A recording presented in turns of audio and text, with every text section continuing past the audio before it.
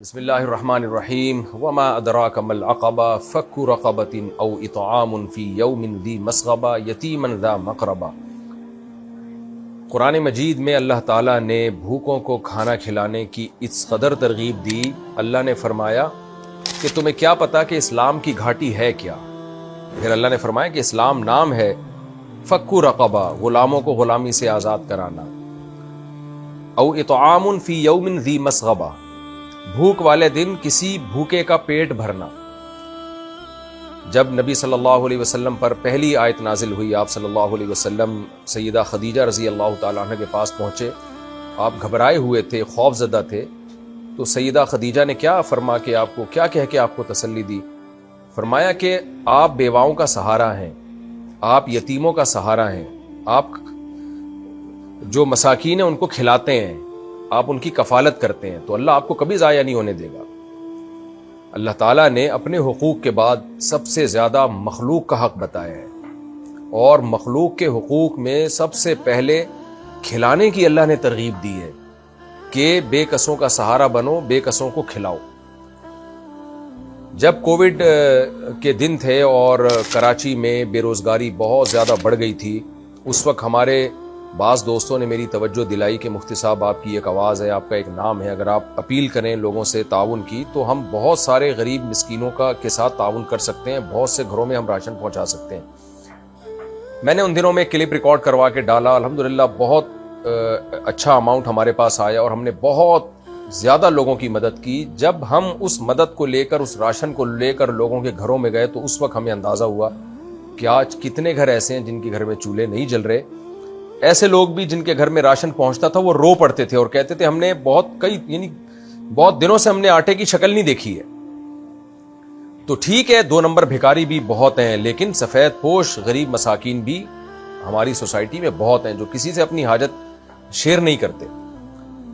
تو لیکن چونکہ میرا اس وقت کوئی باقاعدہ کوئی فاؤنڈیشن نہیں تھی، کوئی ٹرسٹ نہیں تھا، کوئی چیریٹی اکاؤنٹ نہیں تھا، تو ہم نے پھر اعلان کیا بھائی آپ مزید کوئی ہمارے ساتھ تعاون نہ کریں، کیونکہ یہ ظاہر ہے لیگل وے میں کام، گورنمنٹ آپ کو لیگل وے میں جب آپ کام کریں گے تو اجازت دیتی ہے، اور اس طرح اپنے پرسنل اکاؤنٹ میں لوگوں سے پیسے منگوا کے تقسیم کرنا، اور میرے پاس کوئی ٹیم بھی نہیں تھی تو میں نے وہ کام رکوا دیا۔ لیکن اس وقت سے ذہن میں خلش تھی بھئی یہ کام ہمیں پراپر وے میں کرنا چاہیے، جب ہم تعاون کر سکتے ہیں لوگوں کے ساتھ، ان کا سہارا بن سکتے ہیں تو کیوں نہیں بنے پھر ہم۔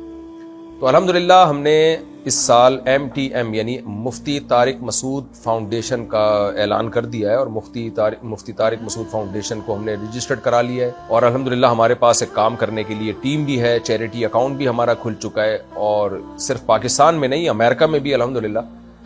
تو میں اب آپ سے اپیل کر رہا ہوں کہ ہمارے جو پروجیکٹ ہے آپ اس میں ہمارا سہارا بنیے۔ یہ چیز انشاءاللہ آپ کے لیے صدقہ جاریہ ہوگی، اپنے مرحومین والدین کے لیے، اپنے اعزاء و اقارب کے لیے بھی آپ صدقات و خیرات کر سکتے ہیں، صدقہ جاریہ کر سکتے ہیں۔ آپ کا پیسہ انشاءاللہ صحیح جگہ پہ استعمال ہوگا اور مستحقین تک آپ کا پیسہ پہنچے گا۔ تو ہمارا جو پروجیکٹ ہے، جن پروجیکٹ پہ ہم نے کام کرنا ہے، غریب بیواؤں مساکین کے ساتھ تعاون، خوراک، راشن، صاف پانی کی فراہمی۔ بہت سے گاؤں دیہات ایسے ہیں جہاں صاف پانی نہیں ہے اور وہ گندا پانی پی پی کے بیمار ہو رہے ہیں۔ مسجدوں کی تعمیر بھی ہم نے کرنی ہے، حفظ اور ناظرہ کے قرآن کے مدارس کا قیام، ہنگامی حالات میں مدد کی فراہمی۔ آپ کو پتہ ہے جب بھی کوئی ڈیزاسٹر آتا ہے، ملک میں کھلبلی مچ جاتی ہے، سندھ میں سیلاب آیا تھا، کیا حال ہو گیا تھا، آپ نے دیکھی ہوگی وہ ویڈیوز کہ ہم کس طرح خوراک لے کے ایسی جگہوں تک پہنچے جہاں تک عام آدمی کے لیے پہنچنا بہت مشکل تھا۔ ایسے ڈیزاسٹر اللہ نہ کرے اگر ہمارے ملک میں آتے ہیں تو ہمیں ہنگامی حالات میں ان کی مدد کی ضرورت پڑتی ہے۔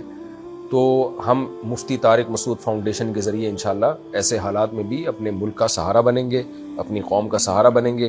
فلسطینی مسلمانوں کی مدد اور آباد کاری کا پروجیکٹ، فلسطین کا کیا حال ہوا ہے، حشر نشر ہو گیا وہاں غزہ میں، تو وہاں تک بھی انشاءاللہ ہم امداد پہنچائیں گے۔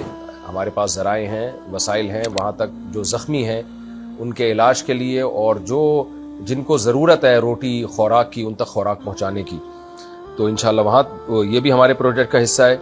اس کے علاوہ مفت علاج کے لیے ڈسپینسریوں کا انتظام کرنا اور مستقبل میں فری ہسپتال کا قیام، یہ فیوچر کا ہمارا پلان ہے، لیکن فوری طور پر کوئی ایسی ڈسپینسری جس میں جو ایک عام طبقہ وہ آسانی سے اس میں اپنا علاج کرا سکے، وہ فوری طور پر انشاءاللہ ہمارا ارادہ ہے۔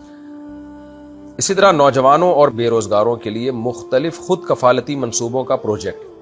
بہت سے نوجوان کمانے کی طاقت ہوتی ہے لیکن ان کے پاس روزگار نہیں ہوتا, تو بجائے ہم ان کو بھکاری بنائیں ہم ان کو روزگار مہیا کریں. اور الحمدللہ میں پرسنلی یہ کام کر چکا ہوں. تو اگر آپ لوگ اس میں تعاون کرنا چاہیں اور ایسے بے روزگاروں کو ہم تعاون فراہم کریں, وہ تعاون بائک کے ذریعے بھی ہو سکتا ہے, موٹر سائیکلوں کے ذریعے, رکشوں کے ذریعے بھی ہو سکتا ہے, ٹھیلے وغیرہ کے ذریعے بھی ہو سکتا ہے.